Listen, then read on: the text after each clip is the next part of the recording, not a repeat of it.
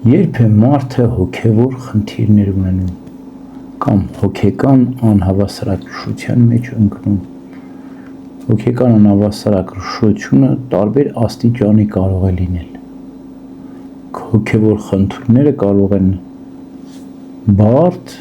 պարզ եւ ավելի բարդ լինել, հասնել մինչև հոգեկան անհավասարակշռության։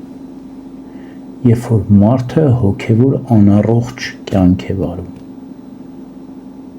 մարդը մենակ մարմին չէ, մարդը մարմին եւ հոգի է։ Ինչպես մենք խնամք ենք տանում մարմնին,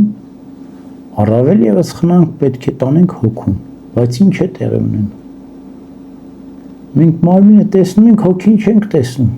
ասում է Գրիգոր Տաթևացին։ Երբեմն մարդիկ թվում է թե հոգի չունեն, պես են մտածում, ինչու որտեղ մարմնով են միայն ապրում, բայց երբ որ դու միայն մարմնով ես ապրում, ապա հոգիդ կամաց մեռնում ես, եթե հոգիդ չես սնում, հոգիդ չես խնամք տանում, ուրեմն քո մոտ առաջանում է նախ եւ առաջ հոգևոր անբավարարվածություն, հետո առաջանում է հոգեկան անհավասարակշռություն, սկզբում հոգևոր սովիցը, հետո հոգեկան անհավասարակշռությունը եւ տանում է փակուղի։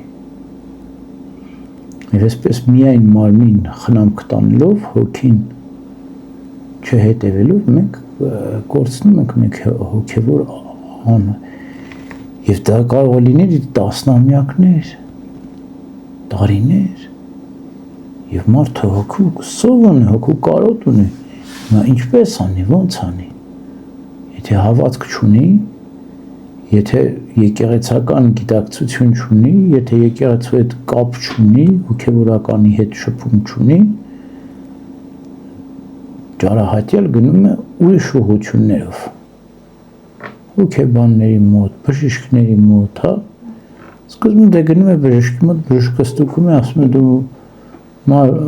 ես մարմնի մասնագետ եմ, մարմինդ առողջ է, գնա հոգեբանի մոտ, գնում է, իսկ հոգեբանությունը ինչ է ուսումնասիրում, հոգեբանությունը ուսումնասիրում է հոգեկան երևույթները, ոչ թե հոգին է ուսումնասիրում, հոգին Աստված է ստեղծել եւ Սուրբ Գրքի համաձայն հոգու բժիշկը առաքյալներն էին, մեղքերի քավությունը, թողությունն էր հոգու բուժումը, որտեղ Քրիստոս առաքյալներին չասեց, ում որ կապված կլինի, մարցակի կարծակված կլինի,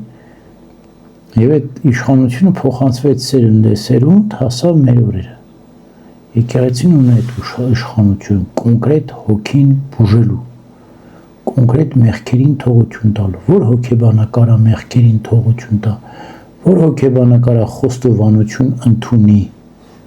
չէ, չի կարող։ Ամենաշատը ուսումնասիրում է հոգեբանը, եւ եթե քրիստոնյա հոգեբան է, նա կարող շատ օգտակար լինել իր այցելուներին, նախապատրաստել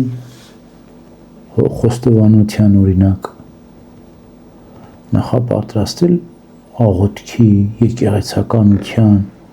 այսինքն հոգեբանություն դա մի զենք է, որ կարող է ի բարի օգտագործել, բայց հոգեբանությամբ հոգին չի բուժում, հոգին կարող է ախտորոշվել հոգեբանությամբ, բայց բուժվելը անհնարին է, Աստված է մարդու հոգին բուժում,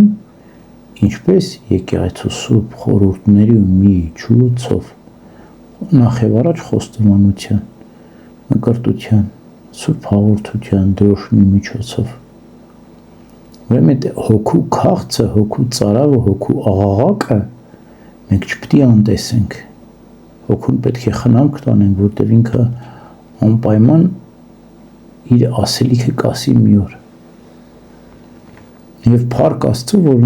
մեր երկիրը քրիստոնյա երկիր է, որ մենք ունենք եկեղեցի, որ մենք ունենք ավետարան, որ մենք ունենք ճշմարիտ հավատք, լավ կամ վատ, շատ կամ քիչ, բայց փառք Աստծո, հայ մարդու մեջ այդ հավատքի գիտակցությունը կա։